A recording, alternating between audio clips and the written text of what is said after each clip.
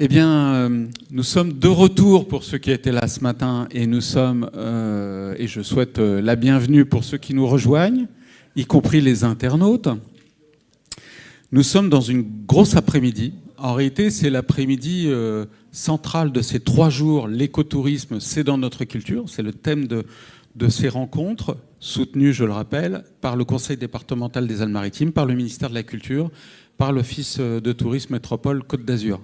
Nous sommes vraiment dans un schéma qui vise à rendre visible un tourisme écologique et culturel à l'échelle de plusieurs pays. Et nous souhaitons savoir si ce tourisme écologique, à travers les acteurs qu'on montre, peut créer un réseau et peut mettre en animation un certain nombre d'expériences qui seraient partagées notamment par des jeunes.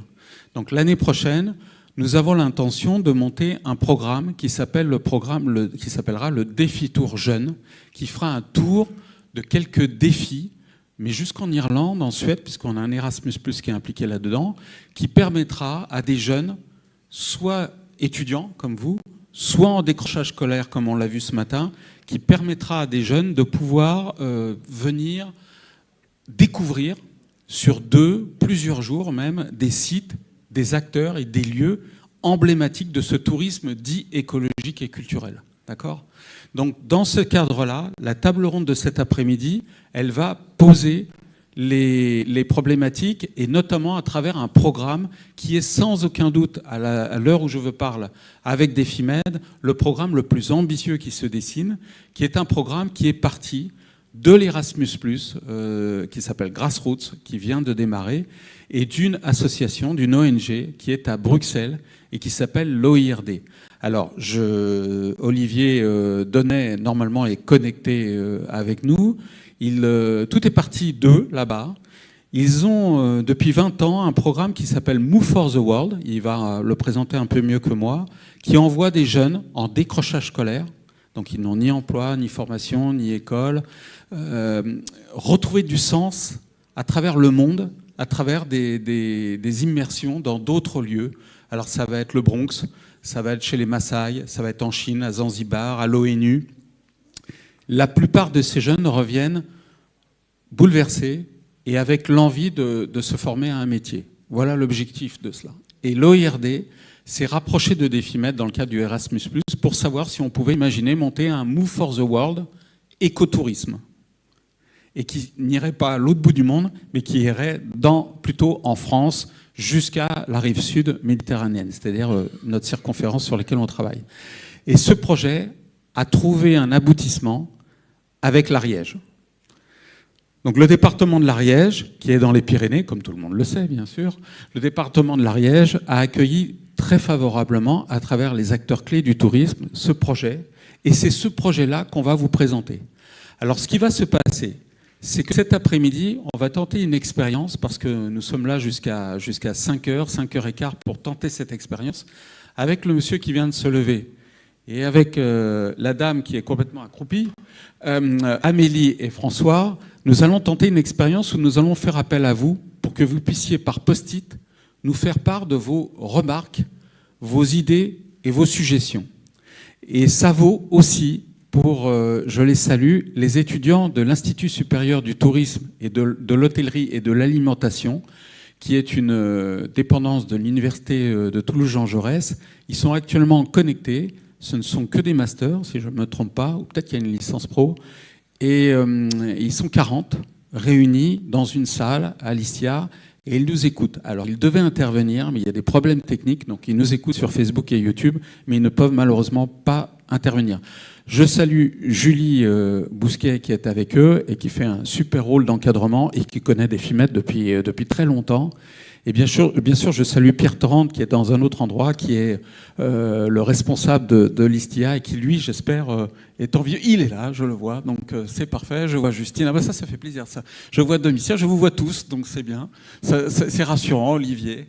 Il y a des choses qui fonctionnent. Donc j'espère que vous êtes bien au chaud, parce que alors nous, si vous voulez, on est déjà rentré dans la sobriété énergétique, messieurs, dames. Vous voyez, sur l'estrade, il fait bon. Il n'y a que Vincent, mais c'est un Pyrénéen, c'est pas du jeu, qui est en manche courte, mais sinon, il fait pas très chaud.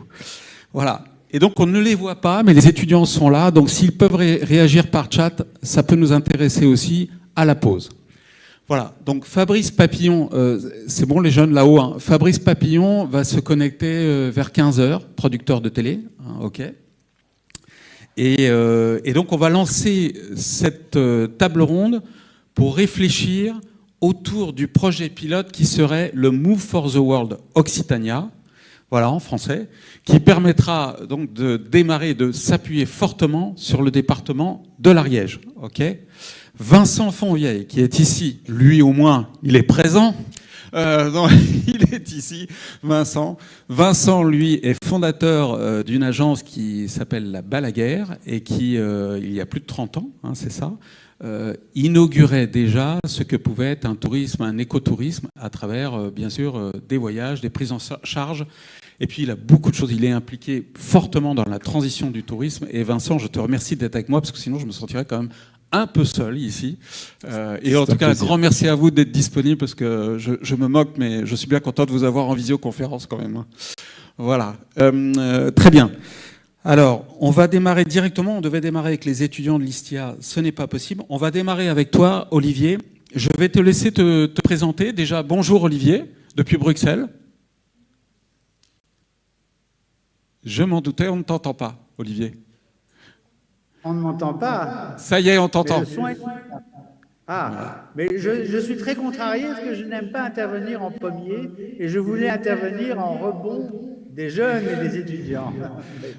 D'accord. Alors, si tu veux, tu te mets dans la tête que j'étais étudiant et tu interviens en deuxième, là, tu vois, et là, ça ira. Mais non, mais bien sûr que je souhaite commencer avec toi parce que tout a démarré avec votre rencontre avec Nader. Et quelque part, ce projet d'Erasmus+, là, on va parler d'un projet qui dépasse l'Erasmus+, Grassroots.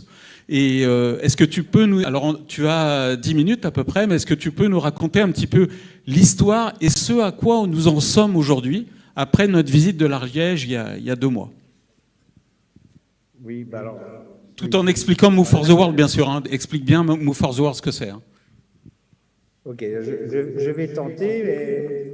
Donc il y a d'autres personnes qui nous écoutent. Il y a un public devant, juste pour que je me rende compte de... Alors il y a 1500 spectateurs et il y a à peu près 10 000 internautes qui t'écoutent, ouais. Mais non, je blague, ça va. On est entre nous, Olivier. Vas-y. Mais tu as du public, tu as du public, bien sûr. Tu m'adresses à nos amis ou... À que des gens intelligents, Non, je t'assure. Ce que je veux dire, c'est que je pars de zéro ou... Bon, ok. Oui, tu pars de zéro. Oui, totalement. D'accord. Merci Eric, et merci de l'honneur qu'il nous a donné d'intervenir dans ce type d'espace et d'échange.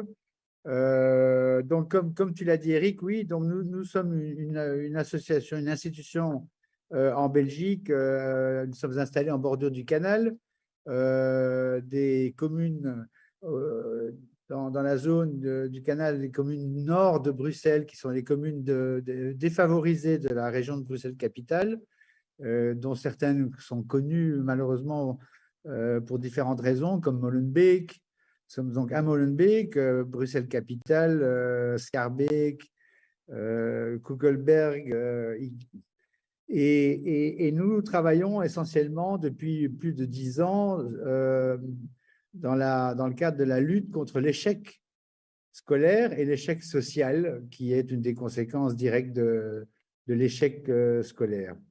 Nous travaillons donc avec des jeunes, en général des milieux défavorisés, et nous mettons en œuvre un certain nombre de dispositifs au service des jeunes qui visent, d'une manière ou d'une autre, et qui peuvent se combiner les uns aux autres, à proposer aux jeunes des itinéraires, des dispositifs qui les valorisent et qui les poussent à se réinsérer, à se réinclure dans les dynamiques sociales ou économiques. Donc notre public est un public en grande partie issu de l'immigration, deuxième, troisième génération, ou des milieux économiquement défavorisés, et de décrocheurs scolaires et d'invisibles, c'est-à-dire de jeunes qui ne sont plus ni dans le système éducatif, ni en emploi, ni dans la formation. Et parmi ces différents dispositifs, il y a depuis avant que l'organisation existe, Nader a lancé une dynamique qui s'appelle Move for the World. On peut prendre ou bien bouge dans le monde ou bouge-toi le cul pour le monde, si je peux me permettre.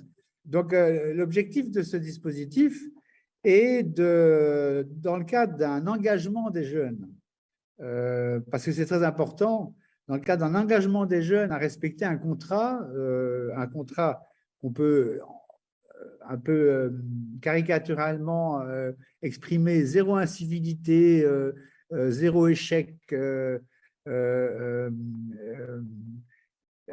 donc de respecter un engagement, de suivre un processus, d'être à l'heure, dans le cadre de cet engagement, on propose aux jeunes de préparer une mission inspirante au départ dans une destination spécialement exceptionnelle de découverte et de coopération. Et nous avons initié comme ça un certain nombre de missions à Zanzibar, en Tanzanie, au milieu des Maasai, aux États-Unis, à New York, en Chine, dans un certain nombre de destinations. Et l'objectif est de plonger le jeune dans la découverte d'un espace, d'un endroit exceptionnel et de le faire agir à l'intérieur de cette découverte, de le faire agir, que ce soit dans le cadre d'une mission de coopération ou que ce soit dans le cadre d'une mission de découverte de quelque chose d'exceptionnel. C'est très important parce qu'il ne s'agit pas de mettre le jeune dans un voyage. Il s'agit d'amener le jeune dans une découverte de quelque chose de totalement nouveau pour lui, qui lui permet d'ouvrir les yeux, et pas seulement sur ce qu'il découvre, mais du coup sur lui-même dans ce parcours.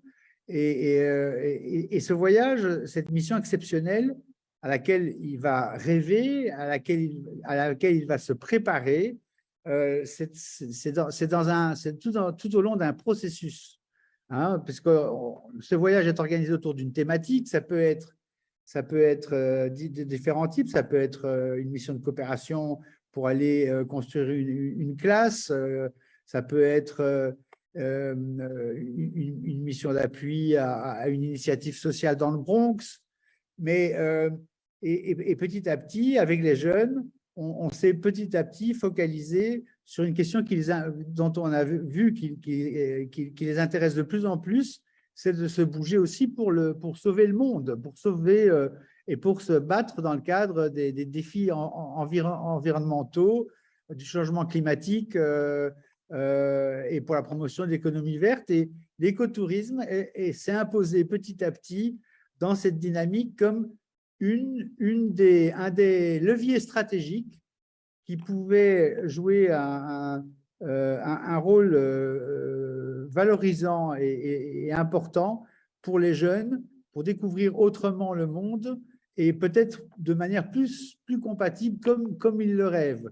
Il ne faut pas oublier que ces jeunes qui sont des jeunes écorchés, vifs, des jeunes qui ont été confrontés à des grandes difficultés, qui, pour certains d'entre eux, vivent parfois des parties de l'année dans la rue ou en dehors de tout dispositif habituel, ont été confrontés à des épreuves souvent éprouvantes.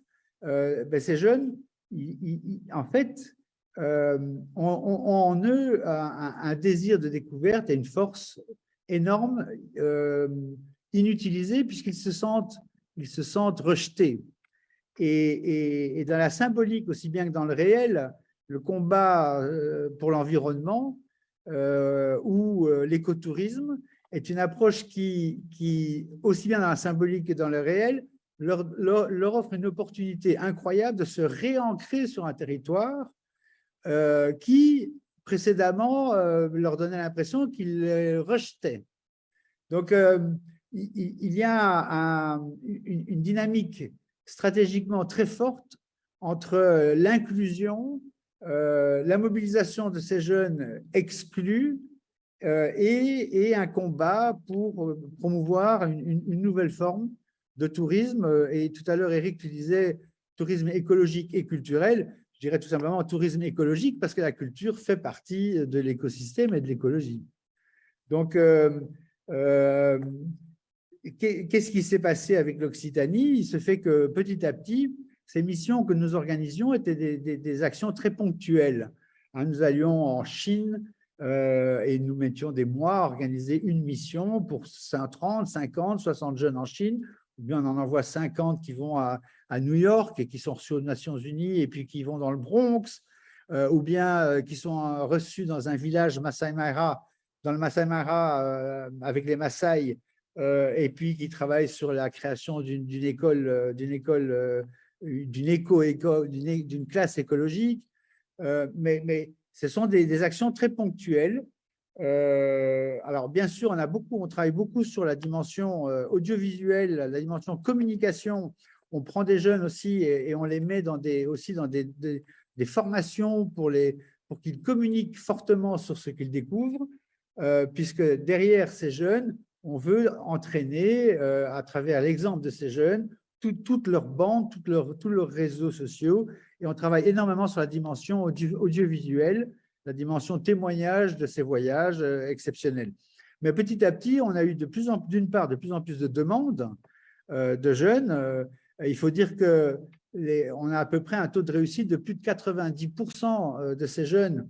Donc, ça veut dire que 90% de ces jeunes qui ont participé à ce type de dynamique se sont retrouvés après dans des retours, dans des circuits, que ce soit des retours à l'école, que ce soit un retour à l'emploi ou que ce soit dans la création d'initiatives. On a plus de 90% de réussite de ces jeunes qui sont dans ces dispositifs, qui reviennent qui s'activent et qui raccrochent, mais qui raccrochent en ayant en main une partie de leur destin, nourri des découvertes qu'ils ont pu partager au fil notamment de cette initiative Move for the World. Je dis notamment parce que nous combinons différents dispositifs. Nous avons un dispositif, donc Move for the World, nous avons un dispositif Une étoile, un destin, où c'est le même type de démarche, mais à la rencontre d'une personne inspirante. Nous avons un autre dispositif qui s'appelle l'Université des familles, avec l'Académie des parents, où là, c'est plus du travail de rattrapage scolaire, mais selon une approche excessivement valorisante aussi et inspirante. Nous avons aussi une activité qui s'appelle Canal Oxygène, où c'est à travers un certain type de sport. Et donc, nous avons différents dispositifs qui se combinent les uns les autres, et les jeunes quand ils sont dans un dispositif, ils ont accès à l'ensemble de toutes les dynamiques que nous mettons en œuvre. Olivier, tu m'entends? Juste, pardonne-moi de te couper la parole, mais comme c'est très chargé cet après-midi, tu peux nous dire combien ça fait à peu près de jeunes concernés, volontaires, qui participent à vos actions dans l'EIRD? En tout dans le dispositif, puisque dans les différents dispositifs, nous touchons chaque année entre 2500 et 3000 jeunes, mais si on combine toutes les différentes activités de l'organisation. Alors, reste avec nous, Olivier, bien sûr, parce qu'on va essayer d'interchanger entre vous. Je prends une minute de plus, parce que je n'ai pas été à l'Occitanie. Eh bien non, mais on y arrive justement, c'est Justine qui va prendre le relais, donc il n'y a pas de souci. Il n'y a pas de souci, Olivier, d'accord. Donc, Justine Garcia. Alors, Justine Garcia, qui nous fait le plaisir d'être avec nous, elle est directrice de l'agence de développement touristique Ariège-Pyrénées. Merci d'être avec nous, Justine. Tu as pris tes fonctions il y a moins d'1 an. Et puis, effectivement, tu es, je crois, la première femme à prendre la direction du tourisme dans l'Ariège. Alors, toi, tu accueilles ce projet via Defimed avec le programme Move for the World de l'OIRD. Comment ça s'est passé? Pourquoi s'intéresser à ce type de projet? Et puis, où on en est aujourd'hui? Alors, bonjour Eric, bonjour à tous. Et tout d'abord, merci aussi d'accepter que je puisse faire cet échange en visio. Ça me posait un petit problème d'ordre logistique et éthique de me déplacer en avion pour cet échange. Alors, C'est avant tout une rencontre qu'on a fait entre nous avec le président et Olivier de l'OIRD, également toi, Eric. Et c'est vrai que ça a été une rencontre de personnes avant tout qui a fait que ça a matché et qui a assis un petit peu cette collaboration, cette coopération. Alors, pourquoi les départements de l'Ariège se prêtent bien au projet Move for the World Occitania? En fait, la réponse est finalement assez évidente. Alors, je ne veux pas être trop fractaire, mais il y a trop restrictive, mais il y a le programme Move for the World engage 2 compétences fondamentales que sont l'inclusion des jeunes et cette nouvelle ouverture qui est l'écotourisme.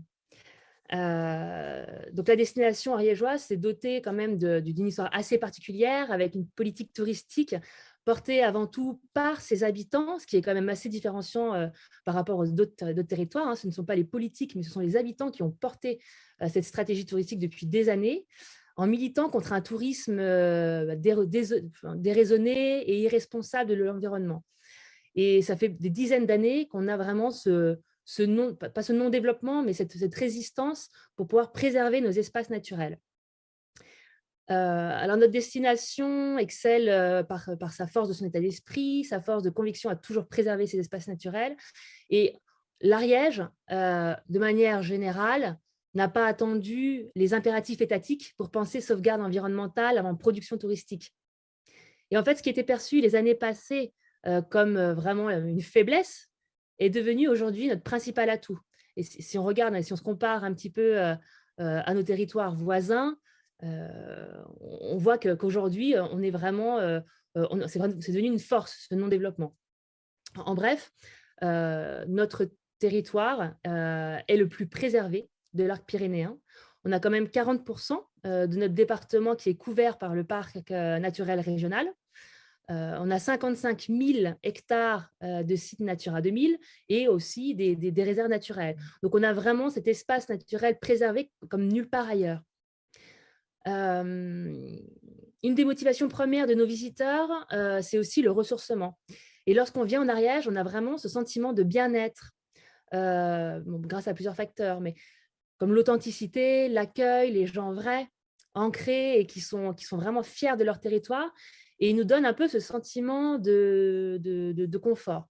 Comme vous l'avez dit, hein, je suis arrivée en Ariège il y a un peu moins d'1 an et j'ai jamais été considérée comme un touriste lambda. On est tout de suite partie prenante de la vie, du quotidien des Ariégeois. On ne peut pas, par exemple, se balader à Foix, dans la ville, un week-end, dans un parfait anonymat. Tout le monde s'arrête pour vous dire bonjour, tout le monde vous sourit. Tous les artisans, les commerçants de la ville vont vraiment prendre plaisir à vous raconter l'Ariège. Et ça, c'est quand même à part, vraiment très particulier. Un autre point, c'est aussi tout ce qui est les savoir-faire. Les artisans, ils sont vraiment considérables. Ils sont très nombreux en Ariège. Il y a plus de 7 000 hommes recensés artisans. Il y a un grand nombre de locaux qui travaillent de leurs mains et qui savent le promouvoir justement en le partageant avec toutes les personnes qui veulent bien l'entendre. Et ça, c'est quand même assez remarquable aussi. En ce qui concerne l'éco-responsabilité, alors c'est un peu l'affaire de tous. Chacun, à son échelle, minimise son impact environnemental et en fait vraiment une affaire personnelle. Il y a plusieurs exemples, mais parmi tous les exemples qu'on pourrait citer, les Ariégeois sont vraiment très nombreux, mais vraiment très nombreux, à se déplacer en vélo, en mobilité douce ou alors en train. Il y a une desserte qui fait de Toulouse jusqu'à Axe, qui traverse le territoire du nord au sud. Et on remarque que c'est considérable les taux de fréquentation, plus que le véhicule. Et donc vraiment, c'est un marque d'engagement personnel. Et ça, on le voit. En tant que visiteur, on le voit, on le sent. Il y a un travail aussi considérable qui est fait par la Chambre d'agriculture avec la création de la marque Now, qui valorise tous les produits du terroir, qui favorise les circuits courts, pour bien manger dans les restaurants, pour assurer une distribution aussi élargie, qui dépasse un petit peu les frontières départementales. Et ça fait partie aussi du bien-être et du confort. Les familles qui viennent veulent aussi bien manger, que leurs enfants mangent bien. Donc, c'est un tout. Après, le territoire est aussi réputé pour être doté d'un large panel d'activités pleine nature. Il y a beaucoup de randonnées, il y a beaucoup de vélos, il y a beaucoup de sports de vivre, d'escalade. Et tout ça, ça constitue aussi l'essence même de l'écotourisme ariégeois. Alors, par rapport un petit peu au volet jeunes, alors le département de l'Ariège, l'agglomération de Foix, tous les EPCI, il y a aussi un grand nombre d'associations. Ils œuvrent beaucoup pour l'inclusion des jeunes par la création et le suivi de plusieurs programmes afin de sensibiliser les jeunes à un corps de métier, les former et aussi leur offrir des espaces de partage. Et là, on se rejoint beaucoup avec l'OIRD. Et donc, pour tous ces aspects-là, donc Move for the World Occitania a donc été naturellement, je pense, séduit par tous ces aspects qu'offre l'Ariège, notamment par la rencontre à venir entre ces jeunes en décrochage scolaire et ces hommes et ces femmes de l'Ariège qui sont vraiment animés par la transmission de leur savoir-faire, de leur terre et aussi de l'espace dans lequel ils évoluent. Je pense que je peux dire que le programme bruxellois a finalement choisi que l'humain soit au cœur de leur stratégie, et c'est exactement notre stratégie aussi. Donc, on se rejoint aussi là-dessus. Et pour moi, et dans le cadre de ce programme, il y a vraiment des liens et ça correspond exactement à ce que l'Ariège propose. Par exemple, dans ce séjour, dans cette itinérance que va faire les jeunes en Ariège pendant l'exécution de ce programme, il n'y a rien de plus impactant que des jeunes qui vont se réveiller un matin au pied de la superbe cascade d'Ars, après une nuit en bivouac, au milieu de l'immensité de cette nature sauvage, pour aller à la rencontre d'un berger qui va les embarquer avec plaisir pour leur expliquer son métier dans son échappée. Voilà, il y a plusieurs aspects et je pense que l'Ariège colle énormément, en tous les cas, aux attentes plus que d'autres territoires. Parce qu'aujourd'hui, il y a beaucoup de territoires qui se débattent pour dire on est éco-responsable, on est écotouristique, on va faire de la micro-aventure, on va faire tout ça. Mais naturellement, en fait, l'Ariège est positionné comme tel. Voilà, est-ce que j'ai répondu à ta question, Eric? Oui, tu m'entends, Justine? Oui. Tu m'entends? Oui. J'ai cru que tu disais qu'ils allaient être nez à nez avec l'ours. Moi, j'ai cru que c'était ça. Bon, on ne fera pas d'autres références à l'ours. En tout cas, oui, c'était très clair. Et effectivement, ce qui est très stimulant aussi, c'est que c'est une affaire de femmes et d'hommes, de rencontres, encore une fois.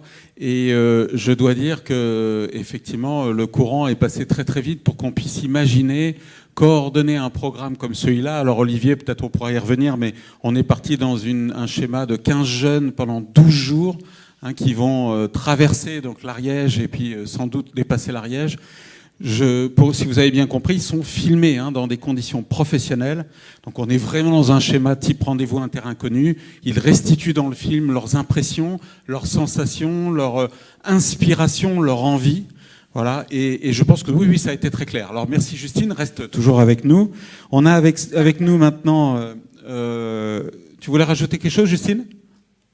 En fait, je voudrais juste ajouter un élément qui est quand même pas anodin non plus, pardon, merci Eric. C'est que l'objectif en fait de notre adhésion aussi à Move for the World, c'est de préserver et perpétuer tous ces emplois-là qui font vraiment l'identité de notre destination. Et il faudrait vraiment sensibiliser ces jeunes à une autre manière de vivre, de les reconnecter un petit peu aux valeurs ancestrales. À l'heure où en fait les fausses vies foisonnent un petit peu sur les réseaux sociaux, et en fait de les reconnecter au vivant, de les raccrocher à l'authenticité, de leur montrer qu'on peut s'épanouir finalement beaucoup plus en mettant les mains dans la terre plutôt que de regarder Netflix. Voilà, c'était un petit aparté. Merci. Très bien. Je ne sais pas si les jeunes ici, ça vous donnerait envie d'aller dans l'Ariège. Est-ce qu'elle a bien promu son département? Ouais, ça vous dirait? Mis à part l'ours, mais autrement pour le reste, d'accord. Bon, tu as réussi pas mal, bonne promotion, Justine, bravo. Vincent Fonvieille, donc tu as plein de casquettes et tu es toujours très impliqué dans tout ce qui est transition du tourisme. Tu as notamment fondé La Balaguère, donc une agence spécialisée dans des voyages de nature, des voyages de reconnexion au vivant, justement. Est-ce que tu peux nous dire, alors tu es un Pyrénéen, vraiment un pur Pyrénéen, personne n'est parfait. Je signale, je suis un Pyrénéen qui est né en Belgique. Donc tu es un Pyrénéen qui est né en Belgique. Je salue mon collègue. Alors c'est pire que tout, là vraiment, là, effectivement. D'ailleurs, il est toujours là, Olivier. Oui, il est toujours là. Ah si, il est là. Olivier, je découvre que nous avons un semi-belge avec nous, donc vous êtes partout, c'est incroyable.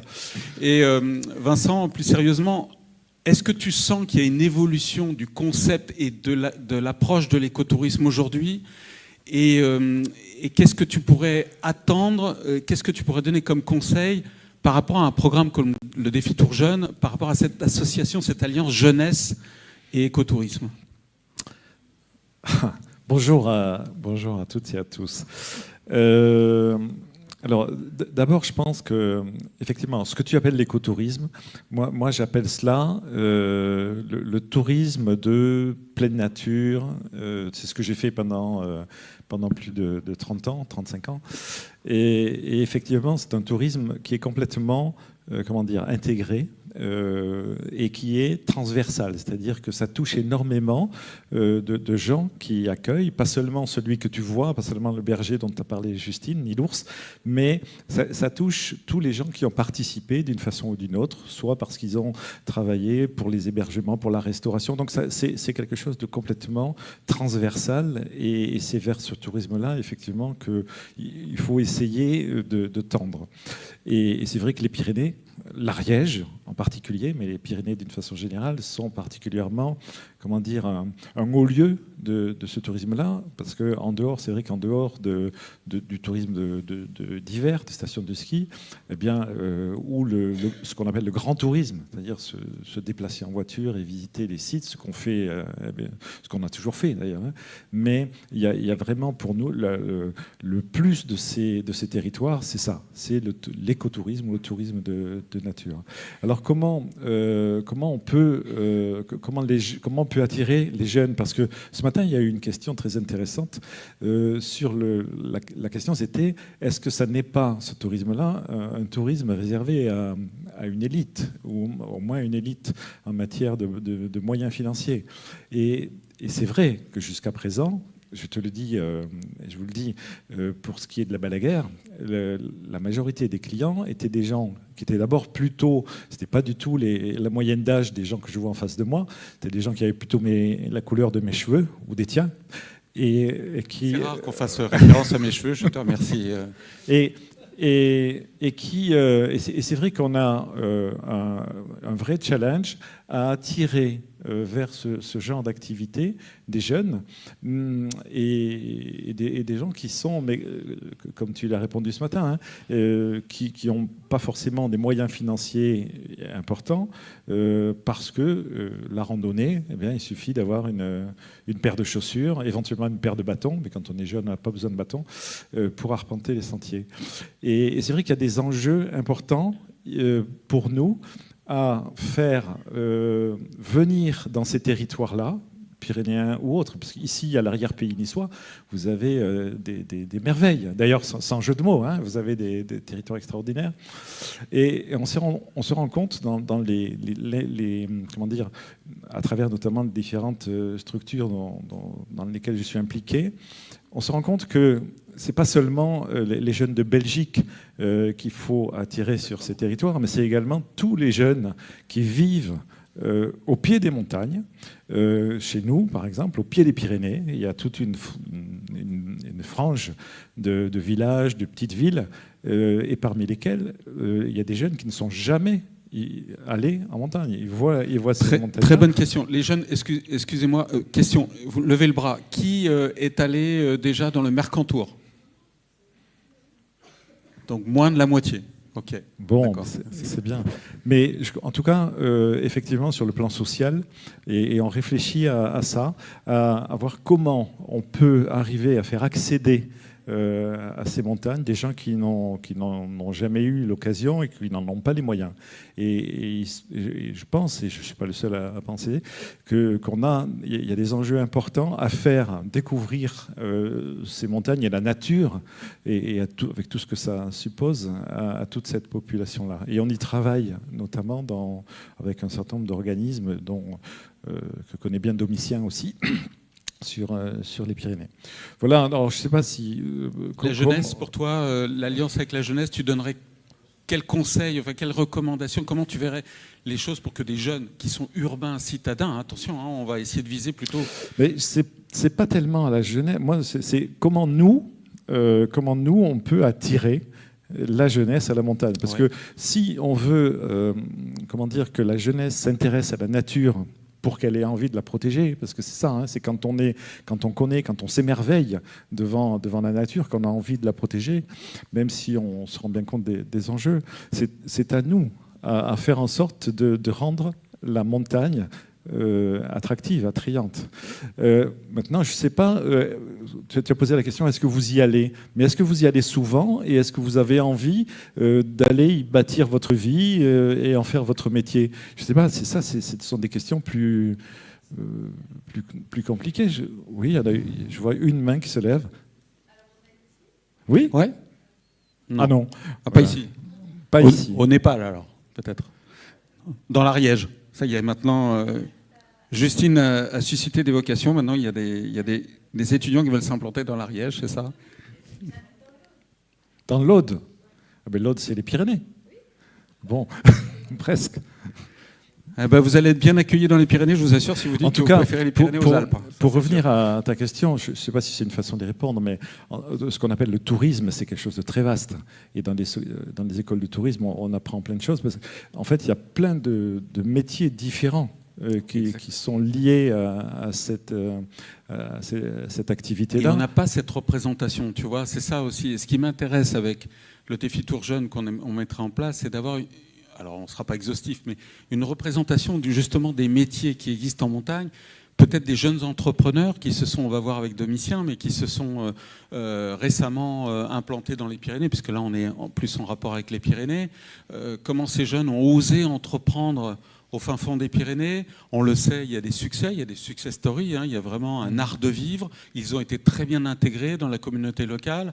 Et effectivement, c'est ça qui m'intéresse, les métiers, le savoir-faire qui est mis en avant, et puis le modèle économique, comme disait tout à l'heure Frédéric, c'est-à-dire qu'on n'est pas dans du pur dévouement, générosité, on est aussi dans il faut gagner sa vie, donc il faut qu'on achète mes prestations et que je puisse en vivre.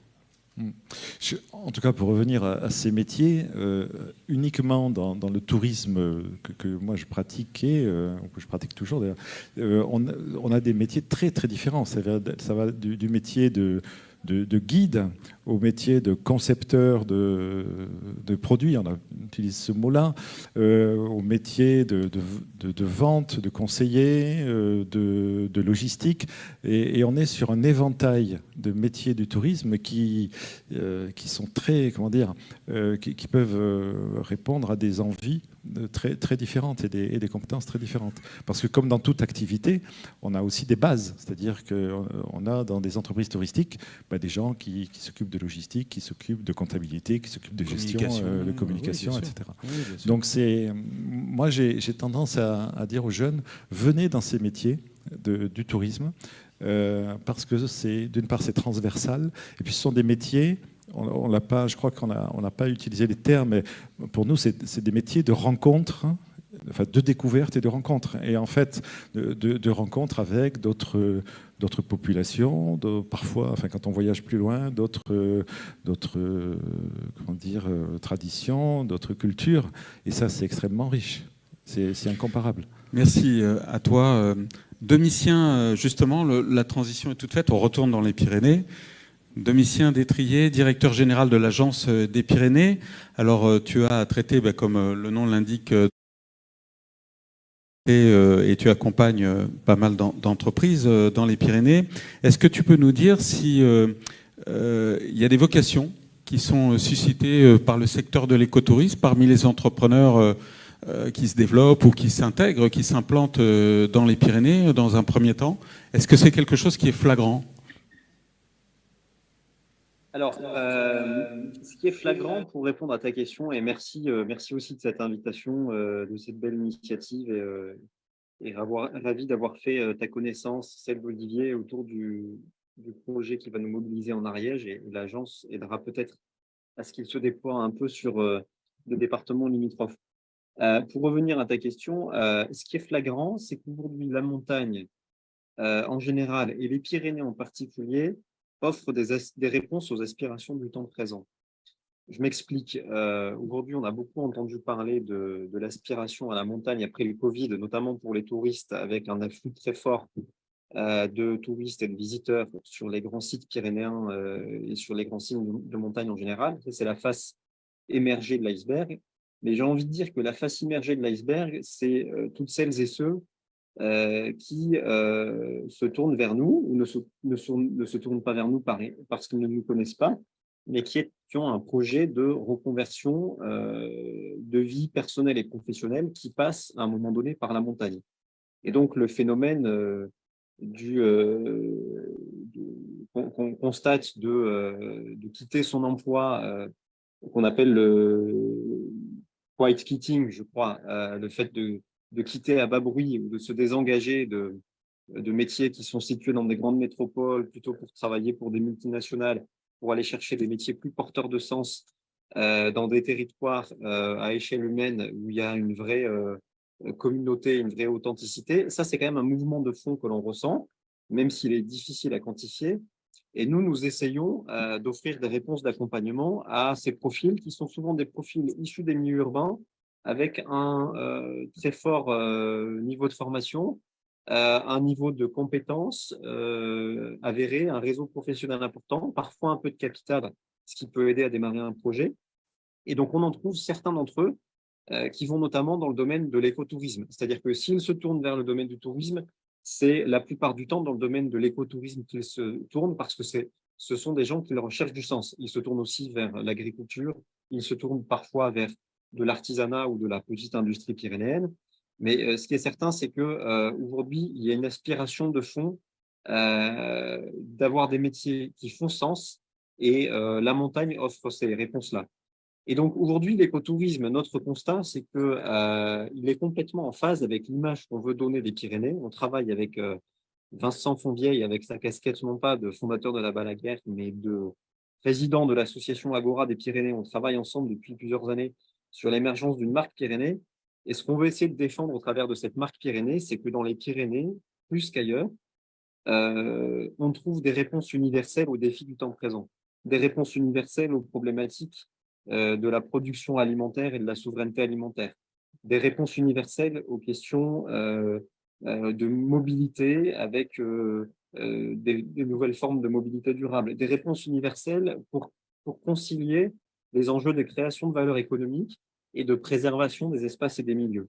Une forme d'intégrité dans les Pyrénées, d'intransigeance, de modèle de développement qui a toujours refusé une approche de développement de masse et industrielle qui pouvait être considéré comme un frein jusque-là et qui aujourd'hui est une vraie chance.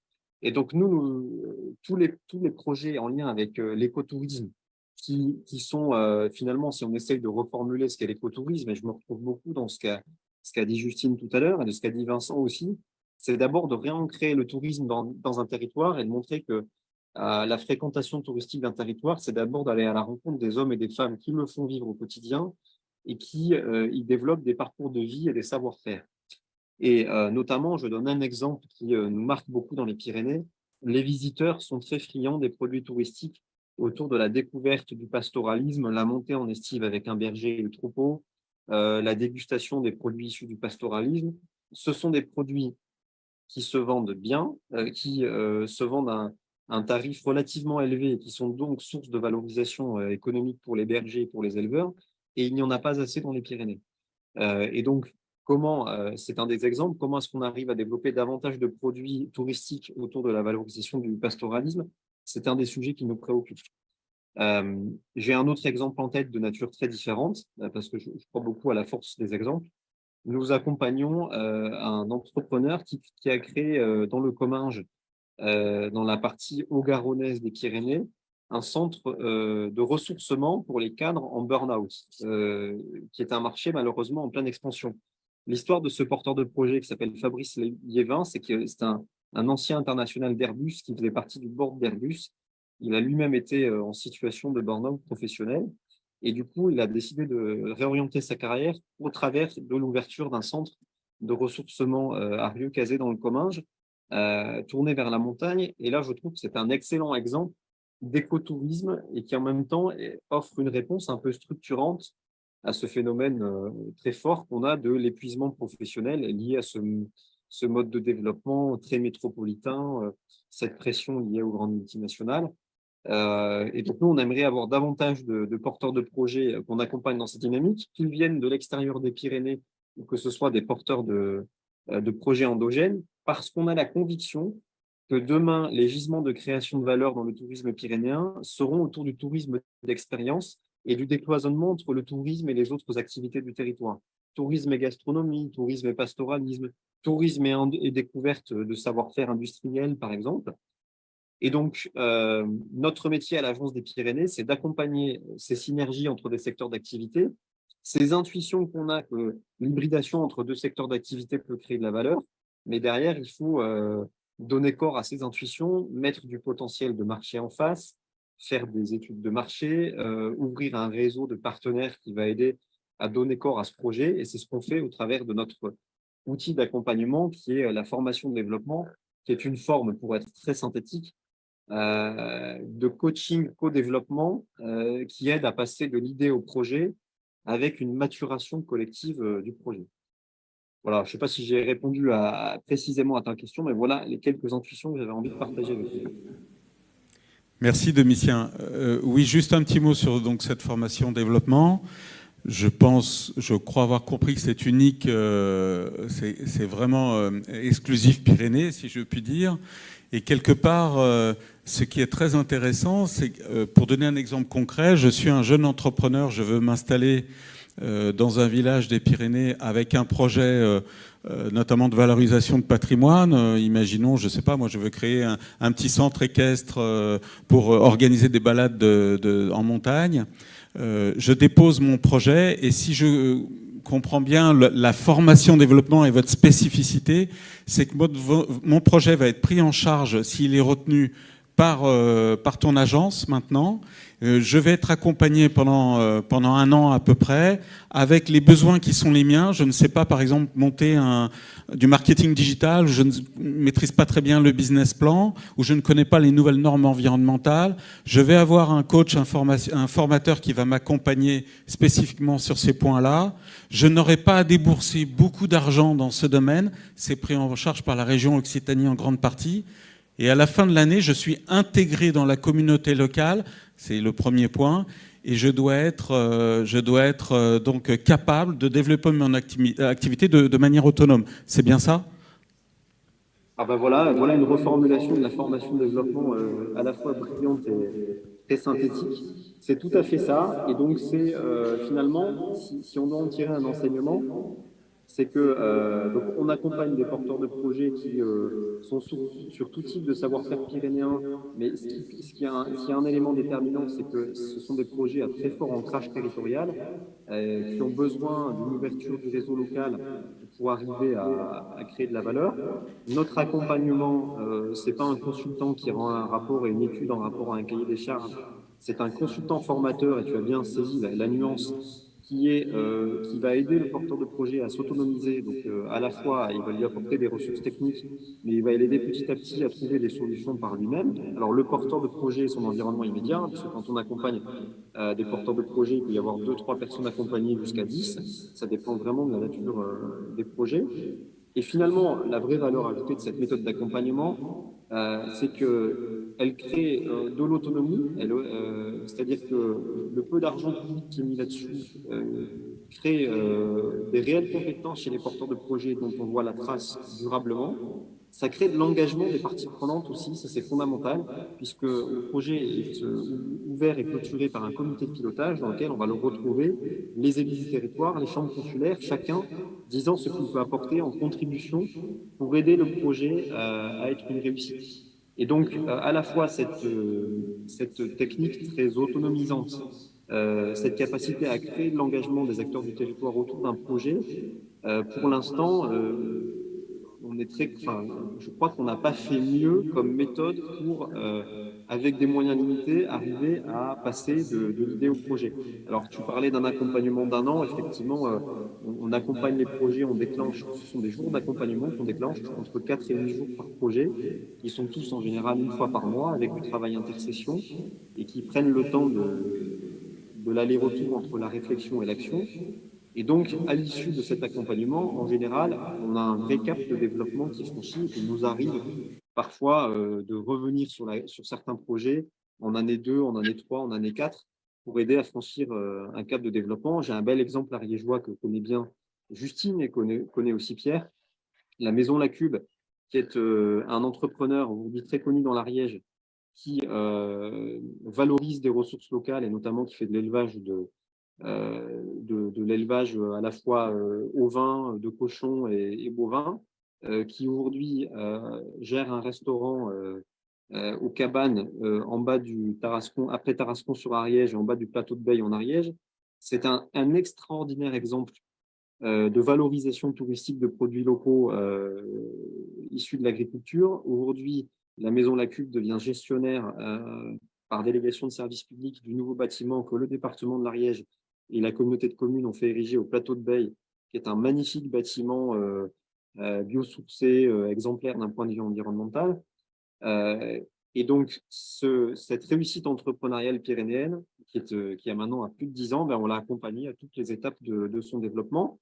Mais tout ça en articulation étroite avec les acteurs déjà existants, la Chambre d'agriculture, la Chambre de commerce. Nous, on apporte une valeur ajoutée qui est un peu différente. Voilà. Vincent, tu voulais réagir? Vincent souhaite réagir. Oui, non, mais Domitien a dit l'essentiel de ce que je voulais rajouter, c'est-à-dire que c'est pas donc l'Agence des Pyrénées. Anciennement à DEPFO, c'est le modèle d'accompagnement, n'intervient pas seulement, comme l'a dit Domitien, au début à la création. C'est-à-dire qu'une entreprise, c'est une entreprise ou une entreprise entrepreneuriale, hein, et vit au cours de sa vie à des accidents, à des problèmes nouveaux, et l'Agence des Pyrénées vient apporter l'expertise qui manque pour pouvoir dépasser soit ces accidents de la vie entrepreneuriale, soit ces nouveaux marchés, par exemple, il a cité l'exemple de La Cube, mais l'exemple que je connais bien, la Balaguère, a bénéficié, je ne sais plus, 5 ou 6 fois de l'accompagnement à dépôt, nouvellement Agence des Pyrénées. Et sans cela, je pense que la Balaguère ne serait pas devenue l'entreprise qu'elle est aujourd'hui. Donc c'est vraiment remarquable. C'est propre aux Pyrénées. On aurait intérêt à essaimer la méthode formation-développement ailleurs, parce que c'est remarquable. Moi, je ne connais pas mieux. Complètement. Est-ce qu'on peut, juste pour terminer, Domitien, dire qu'il y a un taux de succès, effectivement, qui tourne autour de 80%, c'est-à-dire que 80% des entreprises qui ont été aidées depuis plus de 30 ans sont encore viables économiquement aujourd'hui? Oui, tout à fait, et c'est notamment lié à cette approche, à la force de l'ancrage territorial que permet notre accompagnement. C'est-à-dire que notre accompagnement ouvre un réseau qui, derrière, garantit la pérennité du projet. Et je voudrais rajouter un clin d'œil à Vincent. Il parlait de la Balaguère qui a été accompagnée, et David Serrano, qui est un ex-collaborateur de Vincent et qui s'occupe de la branche Pyrénées de la Balaguère, nous a amené une idée qui est de réfléchir à la création d'un produit touristique dénommé le pique-nique pyrénéen, en partant d'un constat tout simple, c'est qu'aujourd'hui, la plupart des gens vont acheter leur pique-nique chez Intermarché avec du jambon Sublister et du fromage qui est tout autant, et qu'il n'y a pas de réponse organisée à l'échelle des Pyrénées pour proposer des pique-niques plus qualitatifs qui valorisent les ressources locales. Et derrière cette idée toute bête, on a convenu avec David qu'on allait creuser l'idée et peut-être monter une formation-développement. Alors là, c'est plus un projet d'entreprise, c'est un concept de produit touristique qu'il faut un peu formater dans ses cibles de clientèle, ses canaux d'approvisionnement, de distribution. Mais derrière, ça pourrait devenir une forme de label d'initiative locale en disant, en passant par tel réseau de prestataires, vous pouvez accéder à un pique-nique pyrénéen qui valorise des ressources locales. Donc, c'est un exemple modeste, mais qui montre qu'au-delà de l'accompagnement de projets localisés, on peut aussi accompagner des projets plus transverses à l'échelle du massif. Modèle, pardon, hein, je ne suis pas dans un territoire modèle pour ça, mais je pense qu'avec vous, nous avons là des perspectives qui s'offrent, qui sont éclairantes, limpides.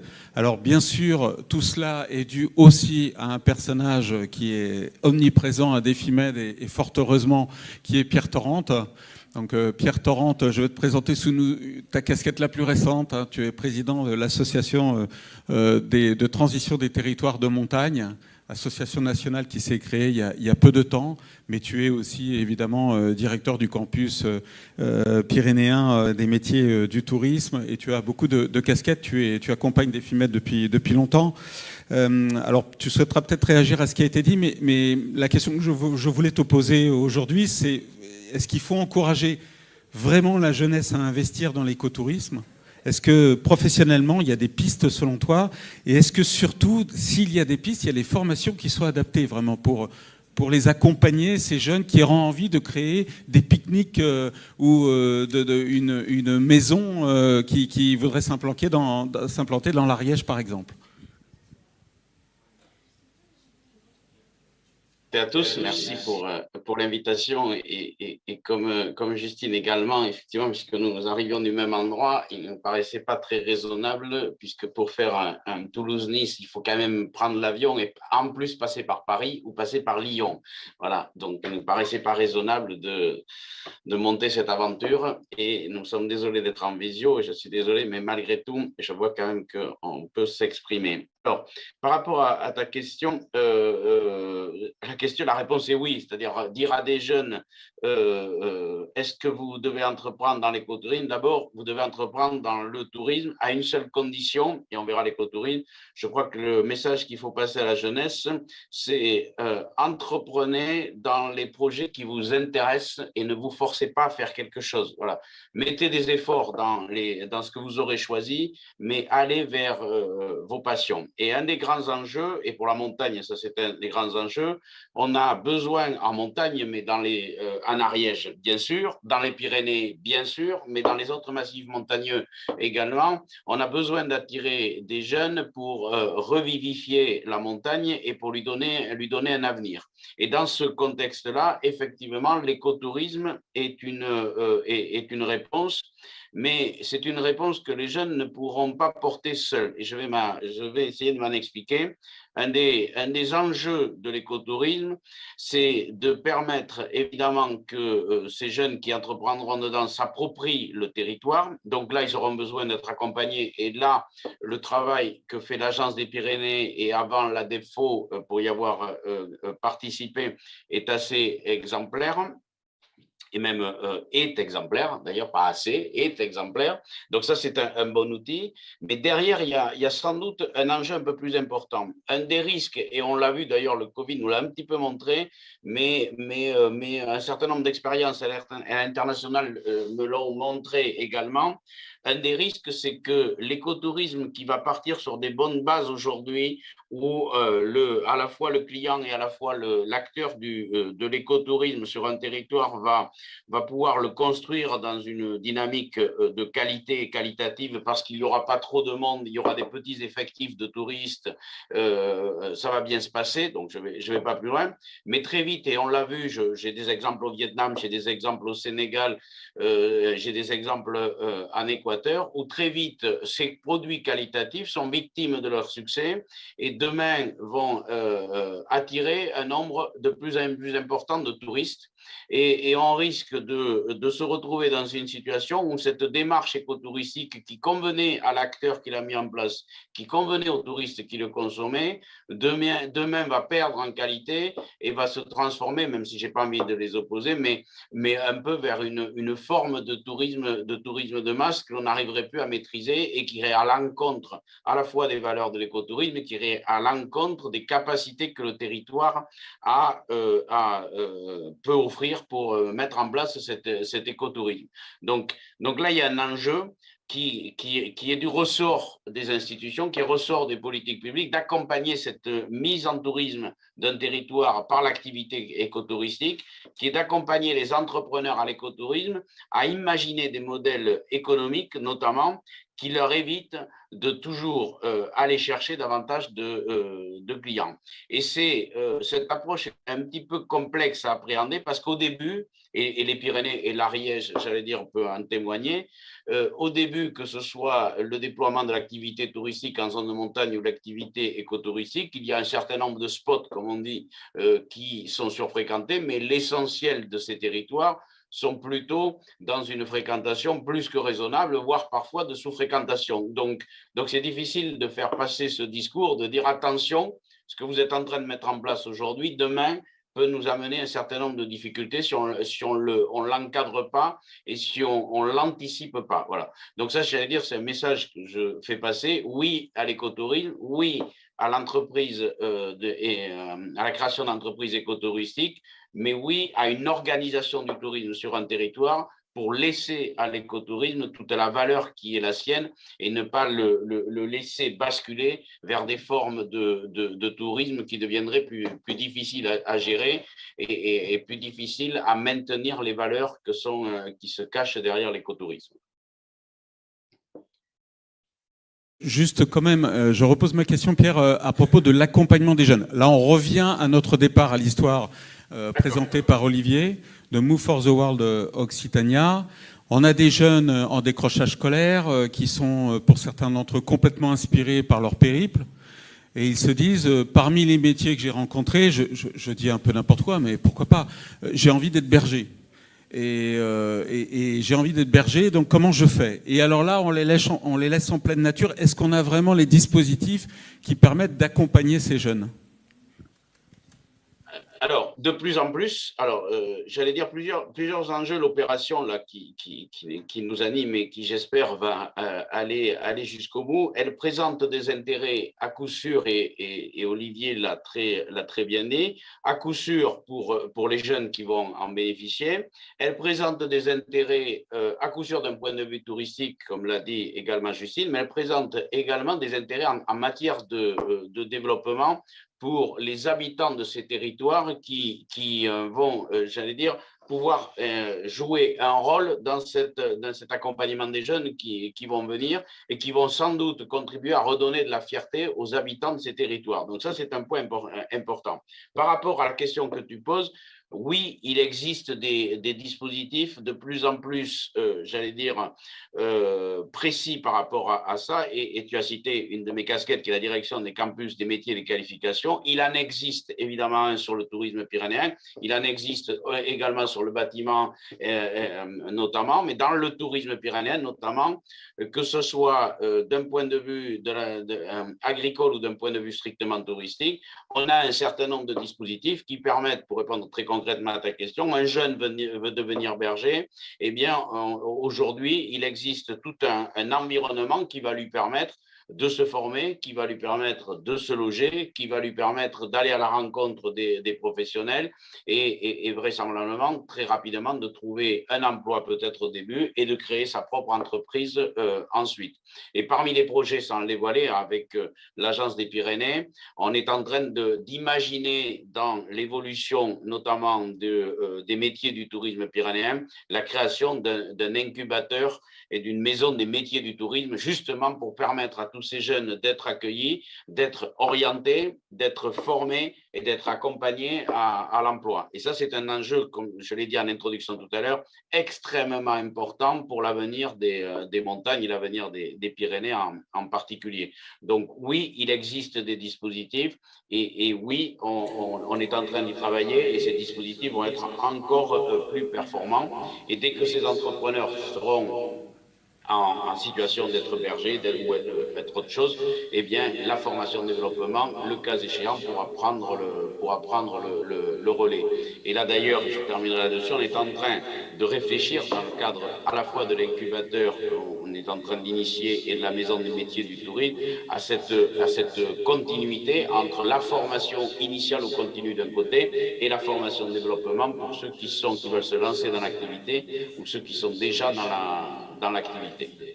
Est-ce que, Pierre, pardonne-moi, je te pose la question brutalement comme ça, mais est-ce qu'il y a des aides financières aussi? Parce que pour un jeune en décrochage scolaire, c'est peut-être pas évident aussi de bénéficier d'une formation qui est trop coûteuse pour lui ou pour elle.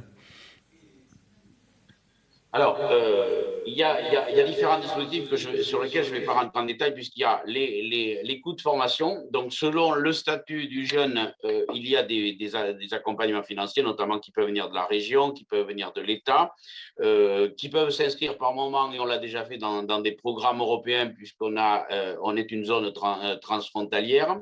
Et puis ensuite, il y a des aides qui peuvent venir de différents dispositifs pour accompagner à la mobilité en matière de transport.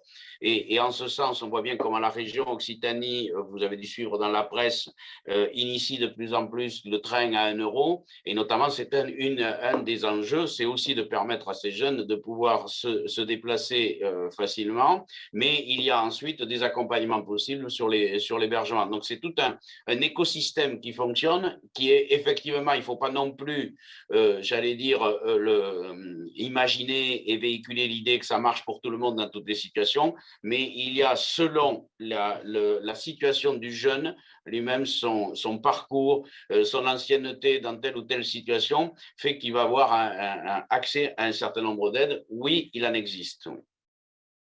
Très bien, merci. Merci à vous. Alors, j'aimerais qu'on prenne un temps d'interaction. Mais avant, je me suis mis d'accord avec lui. Je voulais savoir si Fabrice Papillon est connecté. Est-ce qu'à la régie, vous pouvez me dire s'il est connecté, Fabrice Papillon? Merci. Très bien. Fabrice, je vais te donner la parole. Alors, tu vas intervenir. Fais attention. Bonjour à toi, Fabrice. Merci d'être avec nous. Fais très attention parce que tu es au milieu de plein de Pyrénéens en visioconférence. Donc, ne dis pas de bêtises sur les Pyrénées. Et puis, il y a aussi des Belges. Alors, tu fais avec ça. On se connaît depuis longtemps, Fabrice, on est très amis. Tu es journaliste, producteur de télévision et un brillant écrivain de romans policiers, dont je suis fan, je dois dire. Et quelque part, Fabrice, eh bien, si tu interviens, c'est aussi parce que tu es, comme Pierre Torrent, membre du conseil scientifique de Defimed, et que ton regard est particulièrement m'intéressait de te faire intervenir sur cette conception du film tourné avec des jeunes autour de l'écotourisme, de leur immersion, de leur découverte de l'écotourisme. Alors je tiens à dire, Fabrice, que tu es vraiment dans l'actualité, puisque sur Arte, il y a maintenant 15 jours, je pense, ont été diffusés en une soirée importante les documentaires réalisés avec Cyril Dion sur la suite du film Demain, donc la transition écologique. Fabrice en est le producteur, voilà, donc il a été très impliqué, ça a été beaucoup d'années et beaucoup de transpiration. Fabrice, donc ma question, c'est que par la suite, tu as découvert aussi des extraits du film, Move for the World, dont on a parlé au début, quand tu étais avec moi au Salon du Livre de Montsartou. Et de là, tu as été impressionné par la qualité de ces films. Et puis, je t'ai posé la question, donc je te repose la question, est-ce que c'est pertinent d'imaginer monter et accompagner des programmes de jeunes impliqués dans l'écotourisme aujourd'hui? Est-ce que tu penses que c'est quelque chose qui peut devenir un projet aussi que tu peux prendre en main? Bien sûr, c'est extraordinaire. Moi, j'avais été fasciné par ce que j'ai vu donc à Montsartou.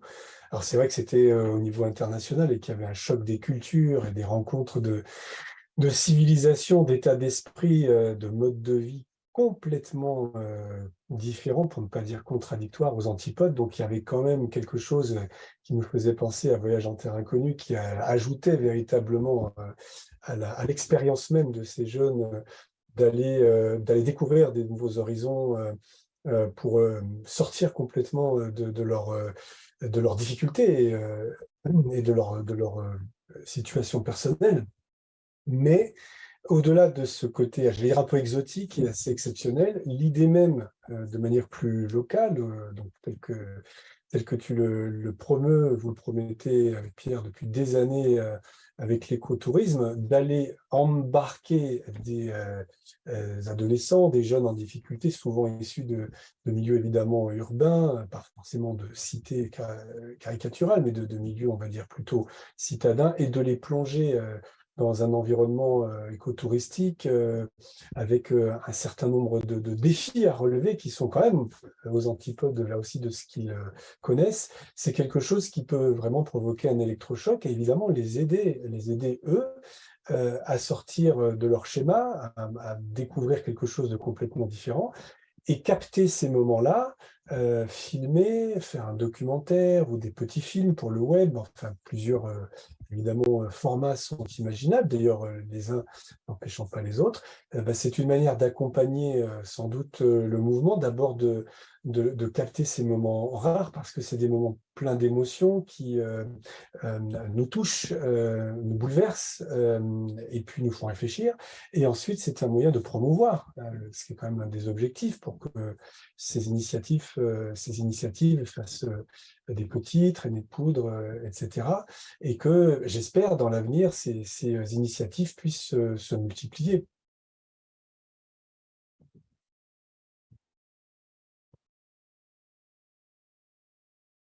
Suivi des films avec Cyril Dion, mais tu m'as révélé un chiffre. Est-ce que tu peux nous le révéler quand je crois le film Demain, qui a été donc césarisé avec Cyril Dion, film de cinéma, a touché, si je ne me trompe pas, 1 200 000 spectateurs, ce qui est remarquable pour un documentaire écologique. Là, on passe à quelle échelle avec des documentaires télé en règle générale? Parce que tu produis beaucoup de documentaires, pas que ceux de Cyril Dion, bien sûr.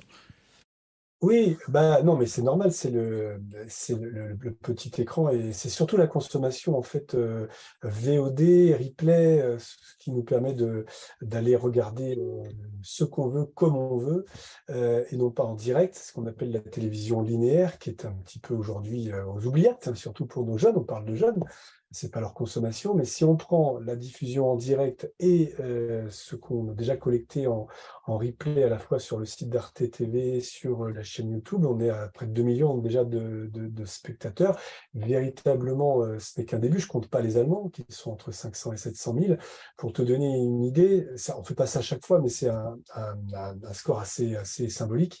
Sur un de nos derniers films pour Arte, qui date d'1 an et quelques, on avait atteint 33 millions de vues, 34 millions même, et c'était essentiellement par la voix d'ailleurs de la Deutsche Welle allemande qui diffuse en multilingue dans le monde entier. Ce que je veux dire, c'est que quand on peut faire un film pour Arte qui est très international, ou même si c'est France Télévisions ou d'autres chaînes françaises, mais qui ont effectivement des capacités de diffusion non linéaires très internationales, en plusieurs langues, eh bien c'est une possibilité d'essaimer, de toucher bien au-delà des téléspectateurs du jour J ou de spectateurs en salle de cinéma. Prenne ton train et que tu ne le rates pas, si tu en as un. Et c'est la question autour d'une production qui m'a beaucoup marqué, parce qu'on a des jeunes à la fois connectés, donc on a 40 jeunes à l'Istia, et ici on a des jeunes qui nous suivent. Le documentaire sur la myopie et l'extension de la myopie, ce qui est pour moi un des reflets de l'évolution de notre monde, qui est quand même un petit peu préoccupant. Est-ce que tu peux nous en dire 2 mots ? Oui, oui, bien sûr. Alors, c'est clair que dans ce documentaire, la démonstration qui est partagée de façon consensuelle par de nombreuses équipes scientifiques dans le monde, c'est que nous manquons de lumière naturelle. On peut très bien jouer, pour casser les idées reçues, on peut très bien jouer sur des jeux vidéo, par exemple, dehors, et on n'aura pas forcément de problème de ce qu'on appelle déjà, d'un point de vue épidémiologique, une épidémie de myopie. Laquelle épidémie pourrait conduire à 1 milliard de personnes aveugles ou très malvoyantes en 2050. Et donc, c'est la lumière du jour. On parle d'écotourisme et véritablement d'aller vers la nature. C'est vraiment la lumière du jour qui manque. Et lire des livres, ce qui est pourtant tellement important, c'est pas moi qui vais dire le contraire, sous une lumière électrique, c'est plus problématique que de lire dehors, par exemple. Donc, ce n'est pas tellement ce que les jeunes ou moins jeunes consomment, que la manière dont ils le consomment. Et véritablement reconnecter les jeunes avec la nature et le monde extérieur, c'est quelque chose de non seulement fondamental pour leur hygiène de vie et état d'esprit, mais y compris effectivement pour leur vue, par exemple.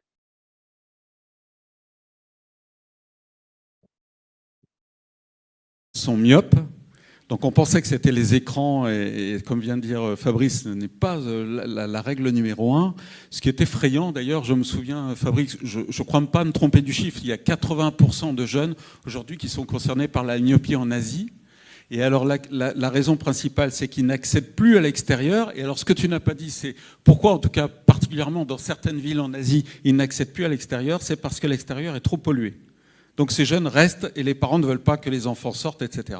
Et donc on se retrouve effectivement à une absence de confrontation à la lumière extérieure et qui touche. Donc on est quand même dans une situation où il faut vraiment se bouger parce que, alors je comprends que faire de l'écotourisme dans de la pollution, c'est peut-être un petit peu compliqué, mais donner les moyens à ces jeunes d'au moins de sortir le bout de leur nez et de découvrir ce qui se passe à l'extérieur, c'est quand même un minimum. Mais c'était juste un reflet parce que c'est pas parce que Fabrice est mon ami, mais les documentaires qu'il fait sont assez remarquables. Alors évidemment de haute facture, on est dans un standing Arte et France Télévisions, mais merci pour tout ce que tu fais Fabrice et merci aussi pour ta fidélité parce que tu t'accroches toujours avec bienveillance et c'est toujours un plaisir. Voilà, et nous te laissons et au plaisir de te retrouver l'année prochaine, j'espère, et pourquoi pas avec l'Ariège d'ailleurs. Salut. Merci beaucoup, avec grand plaisir. À très bientôt alors. Au revoir Fabrice. Très bien, donc quelque part, vous êtes en train de vivre un petit peu un des pans d'une histoire importante qui se joue autour de Défimed. Vous avez vu ce matin qui se passe dans les Alpes-Maritimes pas mal de choses aussi. Et je dois dire que je ne m'y attendais pas. C'est vraiment, pas parce qu'ils sont là, mais le conseil départemental des Alpes-Maritimes, je crois que l'initiative du club Tourisme Durable, je suis vraiment fan. Vraiment, même si ça va être un sentier de la chèvre, pas de problème, un sentier de montagne, mais j'ai envie vraiment de m'impliquer et merci à toi Virginie pour avoir initié ça. Et puis il y a cette dimension rectorat de Nice, jeunes en décrochage scolaire, l'université de Nice qui va s'associer. Nous sommes vraiment dans une dynamique très intéressante dans ce territoire. Et puis il y a le territoire pyrénéen, donc Occitanie, avec bien sûr l'Ariège de manière privilégiée, avec des personnes, je dois dire, assez étonnantes, parce que là, nous sommes dans un registre où, et je pense à Justine notamment, typiquement, et puis Pierre, je ne connais pas assez Domitien, mais même s'il y a des problèmes dans le projet qu'on monte, il y a forcément des solutions. Voilà, ce que je n'ai pas toujours trouvé d'ailleurs ailleurs. Et de ce fait, eh bien, ça n'empêche pas qu'un projet comme celui-là, alors peut-être juste avant la pause, Justine et peut-être aussi Olivier, nous dire encore peut-être les questions sur lesquelles nous sommes en train de réfléchir pour que ce projet puisse vraiment aboutir et être pleinement réalisé. Peut-être trois points, Justine, de ton côté, sur lesquels on travaille actuellement. Ouvre ton micro.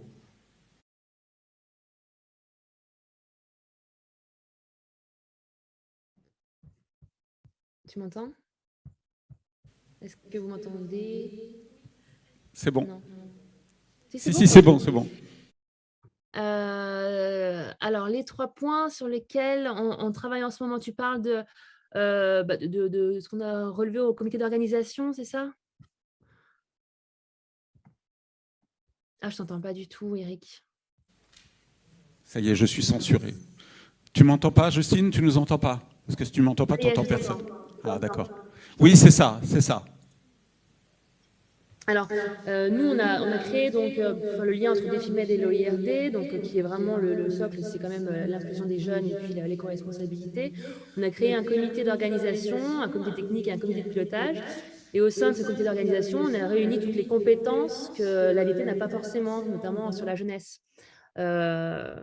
Donc, on a réuni donc, les associations qui font des programmes d'inclusion des jeunes. On a réuni les services jeunesse de l'agglomération de Foix, de conseil départemental. On a réuni l'UNAT, on a réuni autour de la table aussi territoire éducatif, etc. L'objectif, c'est de réunir toutes les compétences nécessaires pour que le projet réussisse.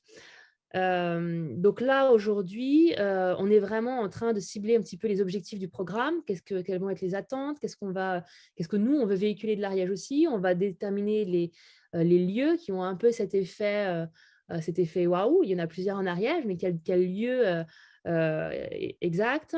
Quelle personnalité qu'on veut aussi valoriser par leur métier et leur savoir-faire? Mais aussi, quel partenaire? Puisque pourquoi peut-être se cloisonner aux frontières ariégeoises alors qu'on n'est pas non plus seul à faire de l'écotourisme. On a aussi des des valeurs à partager avec nos territoires limitrophes, notamment les Pyrénées-Orientales. Donc voilà, on est en train de voir tout ça pour voir quand est-ce que, voilà, qui on rassemble, quels acteurs on rassemble sur cet itinéraire de 12 jours, en sachant qu'on a prévu quand même une exécution du programme dans l'année prochaine, donc ça va arriver vite.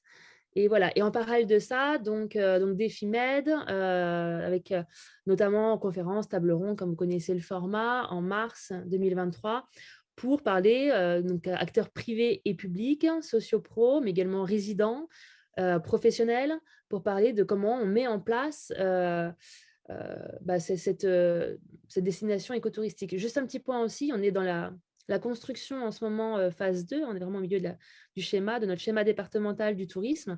Et un des points clés de notre schéma, l'enjeu phare, c'est la durabilité par l'écotourisme.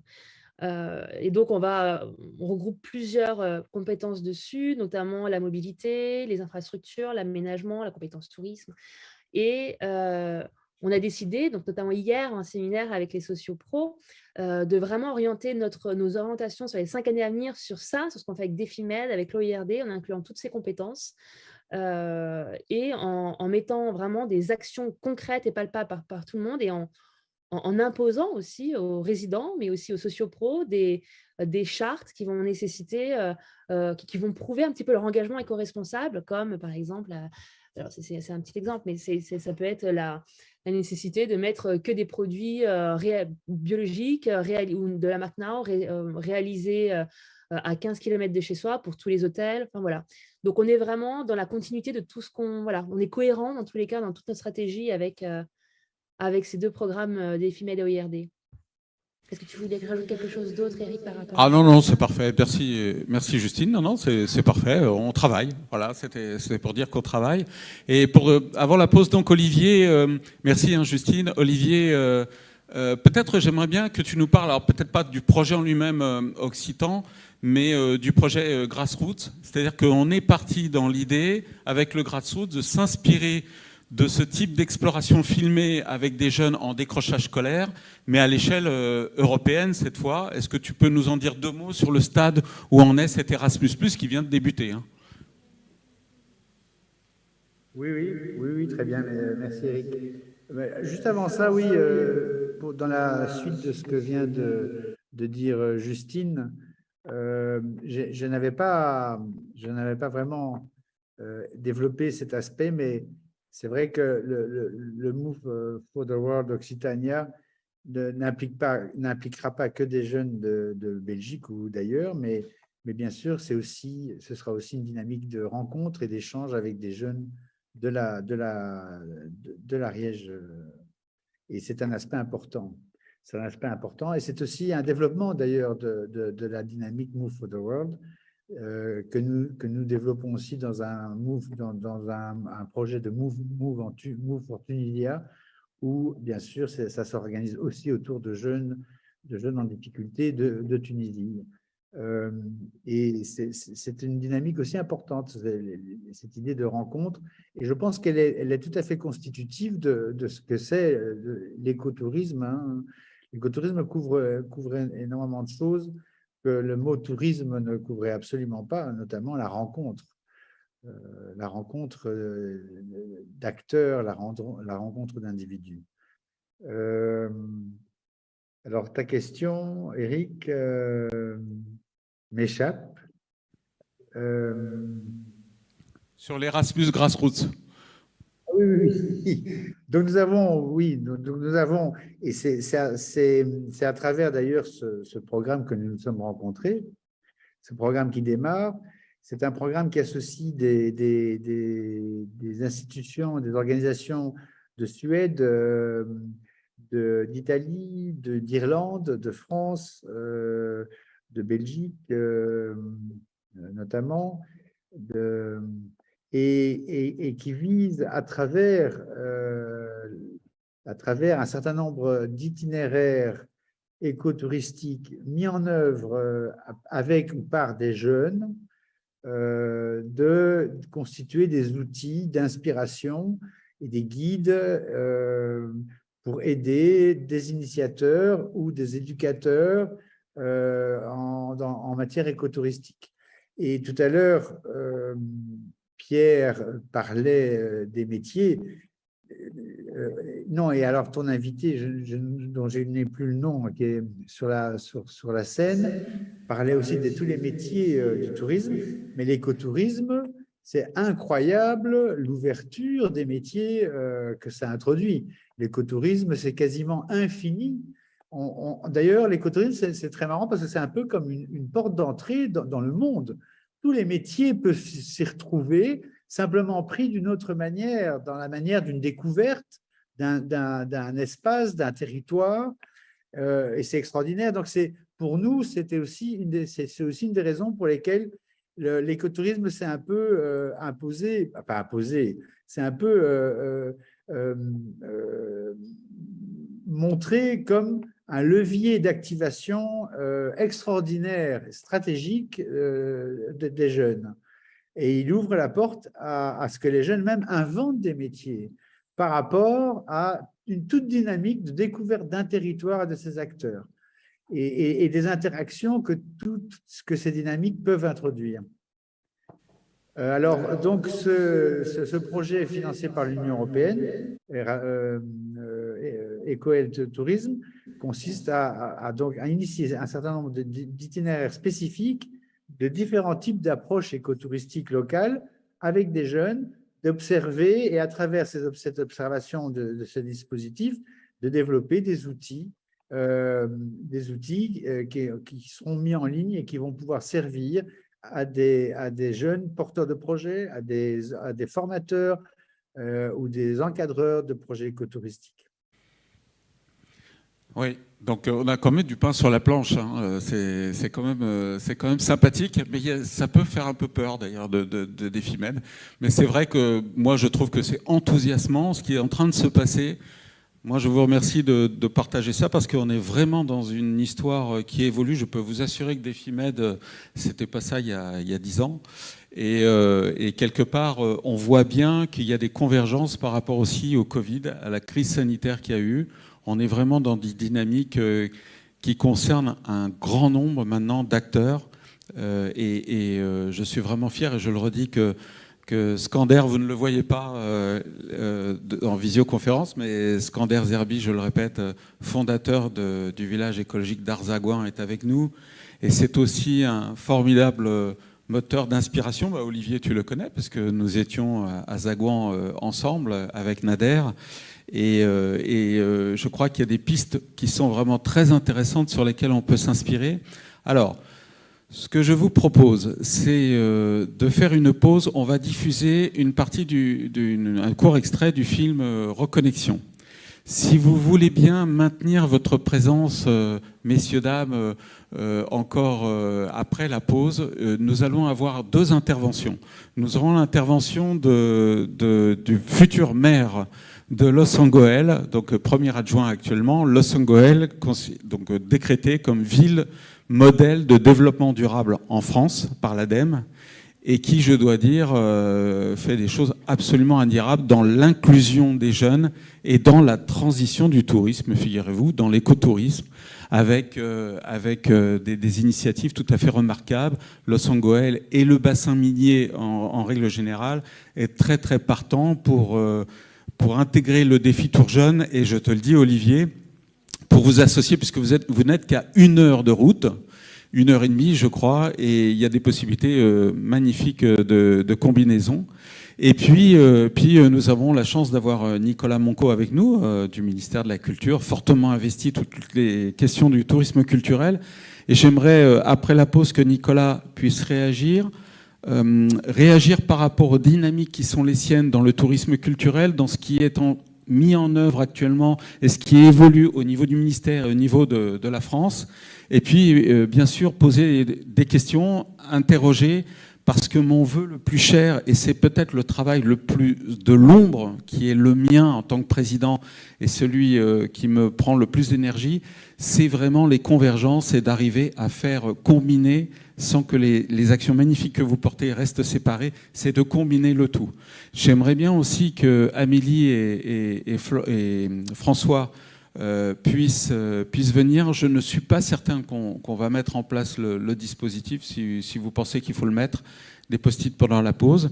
Mais en tout cas, ce que j'aimerais, c'est que vous puissiez aussi venir nous rejoindre à la pause pour réagir et interagir avec les jeunes, notamment, et le public. Qu'est-ce que vous en pensez? Là, on est... T'aimes pas les jeunes? Ouais, c'est vrai. Mais surtout ces jeunes-là, c'est affreux, hein, vraiment. Ils sont vraiment très jeunes. Hein.